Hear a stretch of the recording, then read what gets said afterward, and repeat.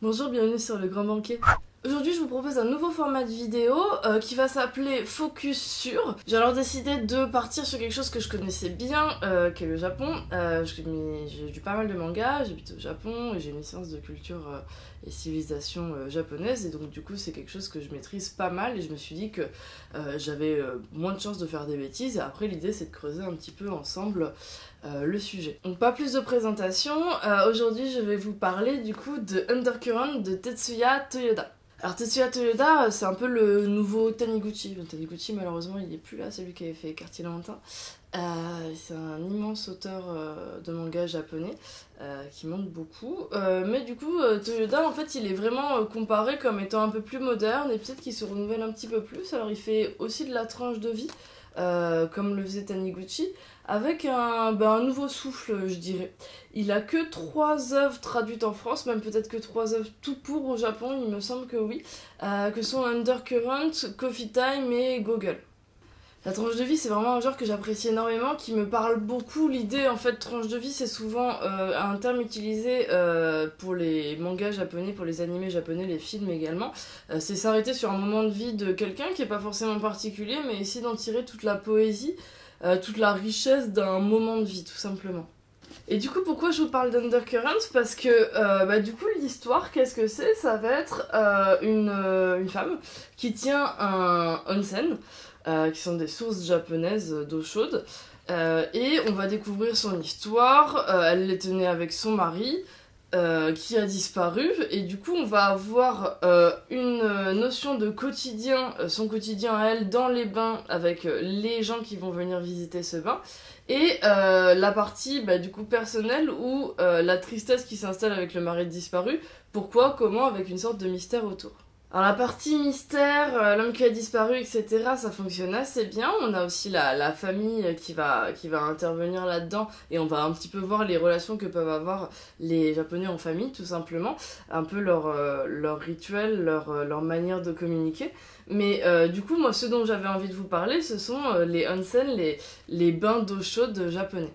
Alors du coup, le onsen, qu'est-ce que c'est? Si vous êtes déjà allé au Japon ou si vous vous intéressez à la culture manga, tout simplement, vous avez forcément déjà vu ce petit signe où en fait on a comme un petit peu... on peut reconnaître pourquoi pas de l'eau chaude avec de la fumée, entre guillemets, en tout cas c'est un sigle, qui représente du coup l'entrée dans les bains. Et c'est quelque chose qu'on va retrouver dans les quartiers ou alors dans la montagne, dans les zones où l'eau va se réchauffer naturellement. Il y a 3 sortes de bains publics au Japon. Il y a les onsen qui sont en intérieur et qui viennent de sources d'eau géothermique, donc c'est-à-dire qu'elles sont réchauffées naturellement par le sol. Vous avez les sento. Les sento, en fait, c'est vraiment des bains douches de quartier public où là c'est de l'eau chaude qui est utilisée, l'eau chaude du robinet, hein. Et vous avez également les Rotenburo qui sont comme les onsen mais dehors, en extérieur. Alors du coup, pour remonter un petit peu dans le temps, à la base en fait les nobles se levaient très tôt le matin pour prendre des bains, pour purifier leur corps. On a tout un tas de rites au Japon pour purifier en fait le corps, être propre avec la nature, bien respecter l'espace dans lequel on est. Ça vient du shintoïsme essentiellement. Et donc du coup les nobles se levaient très tôt pour prendre le bain. Au 8e siècle est arrivé de la Chine un sutra bouddhiste qui a un peu modifié le rituel avec des mots particuliers, des choses à dire, pourquoi pas, dans ce rituel là. Et là du coup on peut se rendre compte que au Japon, en fait, il y a 2 religions qui sont très très importantes, que sont le shintoïsme et le bouddhisme. Alors j'ai un peu oublié les chiffres, mais en gros, ce que j'avais appris en cours, c'est qu'il y avait 99% de shintoïstes au Japon et 98% de bouddhistes. Donc l'idée, c'est qu'en fait, les religions se mélangent et sont vraiment des styles de vie, des hygiènes de vie dans le quotidien des Japonais.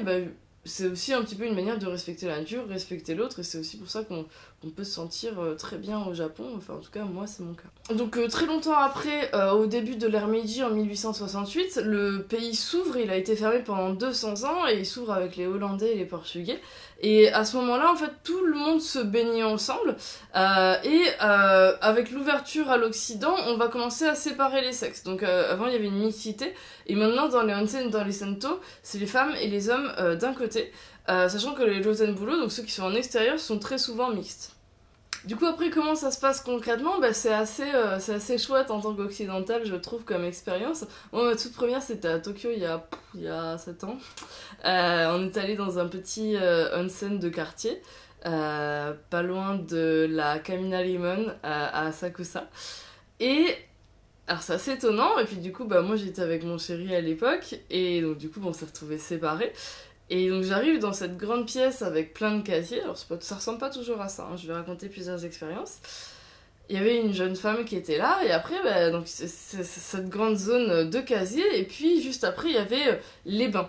Donc moi, je me retrouve là, et sachant pas trop quoi faire, heureusement à cette époque-là, je parlais déjà un peu japonais, et je suis allée demander à la demoiselle où est-ce qu'on se changeait, et elle m'a répondu, ici. Du coup, déjà, gros décalage par rapport à l'Occident, où on a des cabines personnelles, même si c'est pour se retrouver en maillot de bain. Là, vraiment, il y a ce côté, je me change devant tout le monde et je montre tout ce que j'ai sur moi, et justement, tout ce que j'ai plus sur moi, il n'y a plus que ma visiter. Donc voilà, la demoiselle, ça a bien fait rigoler, et du coup, on met nos affaires dans des casiers. C'est parfois des casiers, et parfois c'est juste des paniers où vous mettez vos affaires. Alors, il n'y a pas trop de problème de vol au Japon, c'est assez chouette, vous pouvez vraiment faire confiance. Il n'y a pas du tout de problème de vol, de mon expérience personnelle.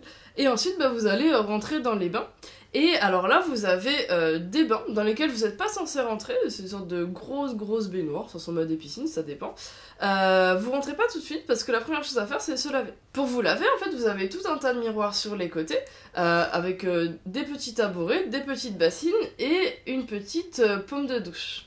À ce moment-là, en fait, souvent, on fait comme les Japonais, c'est-à-dire qu'on va s'asseoir sur un petit tabouret, remplir la bassine, se laver le corps, bien laver de partout. Alors, c'est vraiment pas le côté douche à la française, entre guillemets, je sais pas trop comment ils se douchent en Europe ou ailleurs, mais là, c'est vraiment le côté se laver vraiment tout le corps, en regardant que soi, en regardant pas spécialement les autres. Alors, c'est pas une question de pudeur, c'est vraiment une question de peut-être de respect, je sais pas, en tout cas, on le fait un peu comme ça. Et une fois propre, on peut aller dans le bain. Et là, l'eau, elle est très chaude. Il faut pas y rester des heures non plus parce que c'est pas très bon pour le cœur et ce genre de choses-là. Et l'eau est très chaude et ça fait vraiment du bien. Et là, on partage le bain tous ensemble. Le rassemblement de personnes dans les onsen et dans les santos, c'est hyper intéressant. En fait, ça a vraiment ce côté café dans les quartiers. On a l'impression que les gens se connaissent, ils viennent discuter.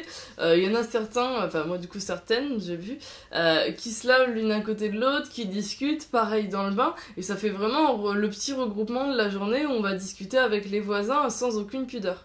C'est assez rigolo dans un pays où finalement on est tout le temps couvert, alors c'est pas mal la mode, hein, c'est juste le fait d'avoir le corps blanc, jusque là c'est encore pas mal la mode, donc c'est essentiellement pour ça qu'ils sont très couverts, mais c'est vrai qu'on n'a pas trop le culte du corps nu comme chez nous. Même si du coup il y a une pornographie et des animés qui sont très, très développés, mais c'est vrai que dans les pubs etc on va pas avoir tendance à mettre en avant le corps féminin ou le corps masculin, et c'est rigolo du coup ce gros décalage entre le fait qu'on n'en voit jamais nulle part dans les pubs etc, en tout cas dehors, et le fait que on puisse se mettre comme ça nu devant n'importe qui à partir du moment où on est rentré dans un onsen pour 1,50€ quoi. Du coup, les sento, il y en a quasiment partout. En fait, il y en a dans tous les quartiers, je pense. Moi, à chaque fois que je me balade, en fait, je vois très souvent que vous avez des sortes de petits rideaux avec le petit sigle. Et là, vous savez que vous pouvez rentrer. Des onsen, c'est un petit peu plus rare, mais vous en trouvez, je pense, dans toutes les grosses villes. Et puis, sinon, vous vous déplacez un petit peu. Et les Lotenbulo, par contre, il va falloir aller dans des endroits où l'eau peut être chauffée géothermiquement. Et donc, du coup, ça dépend des endroits. Alors, heureusement, le Japon, c'est très montagneux. Et il y a plein d'endroits où l'eau se réchauffe naturellement. Donc pour trouver des onsen et des Lotenbulo, faut aller dans des zones qui sont prévues pour ça. Donc par exemple, il y a Kinosaki Onsen au-dessus de Kyoto, Osaka, etc. à plusieurs heures de train. Vous avez une zone où il y a tout un tas de onsen, c'est vraiment dans la montagne et c'est assez joli. Après, vous avez Beppu dans le Kyushu, pareil, qui est connu pour ses eaux chaudes de l'enfer. Ils disent il y a 7 eaux chaudes de l'enfer et qui ont même des couleurs naturelles, rouge, bleu, qui fument, etc. C'est très joli. Il y a plein de onsen aussi. Et après, vous avez dans la montagne, par exemple, dans la péninsule de Ki, vous allez pouvoir en trouver plusieurs. Et du coup, ça peut vous faire vraiment des moments hyper agréables, je vous conseille, même si à la base vous n'êtes pas forcément à l'aise avec l'idée. Par exemple, si vous allez faire les lacs du mont Fuji, vous avez des onsen qui donnent vue sur le mont Fuji, et ça c'est merveilleux. Alors en fait, le mont Fuji il est très souvent couvert de nuages, donc il faut être là tôt le matin. Moi je l'ai vu à 7h du matin, j'étais dans l'eau chaude et il y avait le mont Fuji devant moi, c'était merveilleux. Et après sinon par exemple il y a le chemin Kumano Kodo qui est un pèlerinage bouddhiste, et nous on avait fait un petit bout de 3 jours en fait dans la montagne, dans la péninsule de Ki justement, on avait complètement traversé la péninsule à pied. Et où là du coup c'était hyper sympa, il y a des sortes de villages étapes entre guillemets, c'est pas vraiment de l'étape, c'est juste des petits villages où vous allez pouvoir dormir chez des gens, hein, c'est des gîtes, c'est des gîtes, des maisons d'hôtes. Et du coup le soir pareil il y a des onsen et une fois c'était hyper sympa, on était hors saison donc il y avait juste des gens du village, le village il faisait quelque chose comme 100 personnes. On était séparés, c'était onsen à l'intérieur, donc, et du coup, il y avait une maman et sa fille, en me voyant arriver, hyper surpris, parce que ils voient pas de touristes de l'année, mis à part l'été, et puis ils en voient pas beaucoup non plus. Et l'idée, c'est que, ils discutaient ensemble, ils se sont mis à parler de moi, c'était hyper rigolo, alors du coup, j'ai pas du tout parlé japonais, et la petite, elle avait plein de questions, c'était hyper agréable, ça fait vraiment des moments de vie hyper chouettes, je trouve. Bon voilà pour cette première vidéo de focus sur, j'espère que ça vous a plu, n'hésitez pas à faire des critiques en fait sur le format, je sais pas, donner peut-être des idées aussi. En tout cas voilà, je suis très ouverte à la critique, donc n'hésitez pas à le faire en commentaire. Vous pouvez me suivre sur Facebook Le Grand Banquet et sur Instagram Le Grand Banquet de Lola. Je mets plein d'infos, plein de photos, je parle des vidéos, mais je parle aussi de plein de trucs, je mets des dessins, bon n'hésitez pas à aller voir, moi je trouve ça rigolo et je réponds à plein de gens aussi sur Instagram. Voilà, et puis n'hésitez pas à partager la vidéo si elle vous a plu, à vous abonner, moi dans tous les cas je vous dis à très bientôt sur la chaîne et en commentaire. Salut!